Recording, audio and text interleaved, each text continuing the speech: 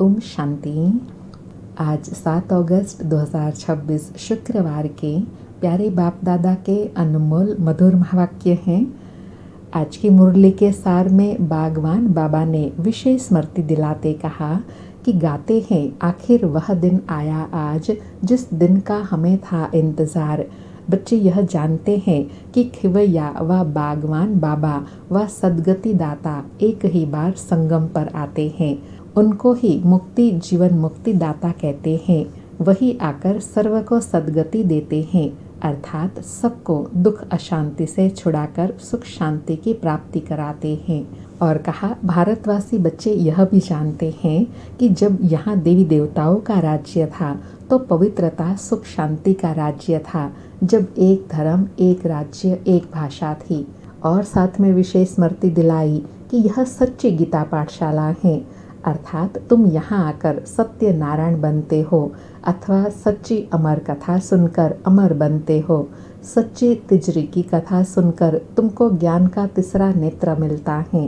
बाबा कहे, जब तुमको समझ मिल जाती है तो तुम बच्चे अभी प्रतिज्ञा करते हो कि हम प्रजापिता ब्रह्मा कुमार कुमारिया भारत को सतो प्रधान स्वर्ग बनाकर ही छोड़ेंगे। फिर और विशेष स्मृति दिलाई कि जैसे मुसाफरी से नज़दीक आते जाते हैं अपने देश के तरफ तो खुश होते हैं, बस अब घर पहुँचे कि पहुँचे।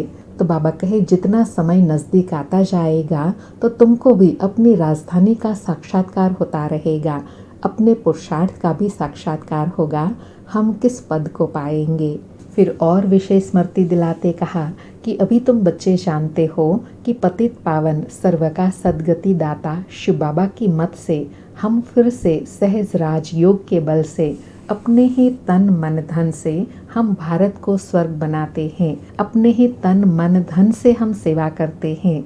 तो बाबा कहे, जितना जो करेंगे वह अपना भविष्य बनाते हैं। तुम ही घर के भांति हो, घर के मेंबर हो, तो तुम अपने ही घर को धरनी को स्वर्ग बनाने की सेवा करते हो अपने ही तन मन धन से। और साथ में विशेष कहा कि तुम्हारे से ही बाबा सतयुगी स्वराज्य की स्थापना करते हैं, तो खर्चा भी तुम करेंगे। यह बड़ी समझने की बात है। जितना जो तन मन धन से सेवा करेंगे वह फिर उतना ऊंच पद पाएंगे। यह श्रीमत देने वाला स्वयं निराकार भगवान है। फिर सर्विस में मददगार बनने के लिए विशेष धारणा बताई कि यह मतभेद भी तुम्हारे में से निकल जाना चाहिए, क्योंकि हम एक पिता की संतान हैं। ब्रह्मा द्वारा शिव बाबा की श्रीमत पर फिर से हम अपना स्वराज्य स्थापन कर रहे हैं ज्ञान और योग बल से।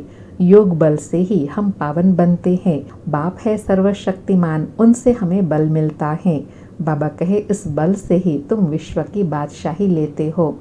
इसमें कोई लड़ाई आदि की बात नहीं है, सारा पवित्रता का बल है। कहते भी हैं कि बाबा आकर पतित से पावन बनाओ, तो आत्मा को याद से बल मिलता है। और लास्ट में कहा कि तुम इनकॉग्निटो गुप्त सेना हो। तुम जानते हो कि हम आत्माएं योग बल से फिर से अपना स्वराज्य स्थापन कर रहे हैं। अभी यह वही महाभारी महाभारत लड़ाई है, तो ज़रूर स्वयं भगवान भी होंगे। किस रूप में किस तन में है वह तुम बच्चों के अलावा किसी को भी पता नहीं है। कहते भी हैं, बिल्कुल साधारण तन में आता हूँ। अब तुम बच्चों ने पहचाना है तो फिर तुमको औरों को पहचान देनी है। और साथ में विशेष कहा कि कुमारियों को सर्विस में खड़ा हो जाना चाहिए, अर्थात सर्विस के लिए तैयार होना है। बाबा कहे, कोई बच्चियाँ ऐसी ऐसी बातें समझाए तो कमाल हो जाए, कितना नाम निकलेगा। ऐसी बच्चियाँ लौकिक और अलौकिक दोनों का नाम बाला करेंगी। सुनते हैं प्यारे बाप दादा के अनमोल मधुर महावाक्य। आज बाबा कहे, मीठे बच्चे, अब तक जो कुछ पढ़ा है उसे भूल एक बाप को याद करो। मीठे बच्चे, अब तक जो कुछ पढ़ा है उसे भूल एक बाप को याद करो। आज मुरली से प्रश्न है, भारत पर सतयुगी स्वराज्य स्थापन करने के लिए कौन सा बल चाहिए। उत्तर में बाबा कहे, पवित्रता का बल। तुम सर्वशक्तिमान बाप से योग लगाकर पवित्र बनते हो। यह पवित्रता का ही बल है जिससे सतयोगी स्वराज्य की स्थापना होती है। इसमें लड़ाई आदि की कोई बात नहीं। ज्ञान और योग बल ही पावन दुनिया का मालिक बना देता है। इसी बल से एक मत की स्थापना हो जाती है। आज मुरली में गीत बजा, आखिर वह दिन आया आज, जिस प्रभु मिलन के दिन का था हमें इंतजार। सारी मुरली से धारणा के लिए सार है। पहला पॉइंट, संगम युग पर श्रेष्ठ कर्म करके पुरुषोत्तम बनना है। कोई भी ऐसा कर्म नहीं करना है जो कनिष्ठ बन जाए। दूसरा पॉइंट, गुप्त रूप में बाप का मददगार बन भारत को स्वर्ग बनाने की सेवा करनी है। अपने ही तन मन धन से भारत को स्वर्ग बनाना है। याद और पवित्रता का बल जमा करना है। आज प्यारे बाबा का वरदान है, अपनी संपूर्ण स्टेज द्वारा सर्व प्रकार की अधीनता समाप्त करने वाले प्रकृति जीत भव। अपनी संपूर्ण स्टेज द्वारा सर्व प्रकार की अधीनता समाप्त करने वाले प्रकृति जीत भव। स्पष्टीकरण है, जब आप अपनी संपूर्ण स्टेज पर स्थित होंगे तो प्रकृति पर भी विजय अर्थात अधिकार का अनुभव होगा। संपूर्ण स्टेज में किसी भी प्रकार की अधीनता नहीं रहती, लेकिन ऐसी संपूर्ण स्टेज बनाने के लिए 3 बातें साथ साथ चाहिए। एक रूहानियत, दूसरा रोब और तीसरा रहम दिल का गुण।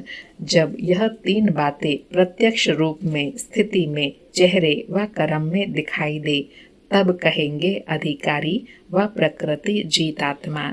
बाबा ने प्रकृति जीत आत्मा बनने के लिए 3 बातें साथ साथ बताई। रूहानियत भी हो, रुहाब भी हो और रहम दिल का गुण भी हो, तभी प्रकृति पर विजय पाकर प्रकृति जीत बनेंगे, प्रकृति पति बनेंगे। आज का स्लोगन है, श्रीमत की लगाम मजबूत है तो मन रूपी घोड़ा भाग नहीं सकता। श्रीमत की लगाम मजबूत है तो मन रूपी घोड़ा भाग नहीं सकता। आज के अव्यक्त इशारे हैं, अपवित्रता के बीज को भी समाप्त कर संपूर्ण स्वच्छ पवित्र बनो। आज की धारणा बताई, अगर कोई भी अपवित्रता वृत्ति, स्मृति व संकल्प में है तो ब्राह्मणपन की स्थिति में स्थित नहीं हो सकते। इसलिए कदम कदम पर सावधान रहो।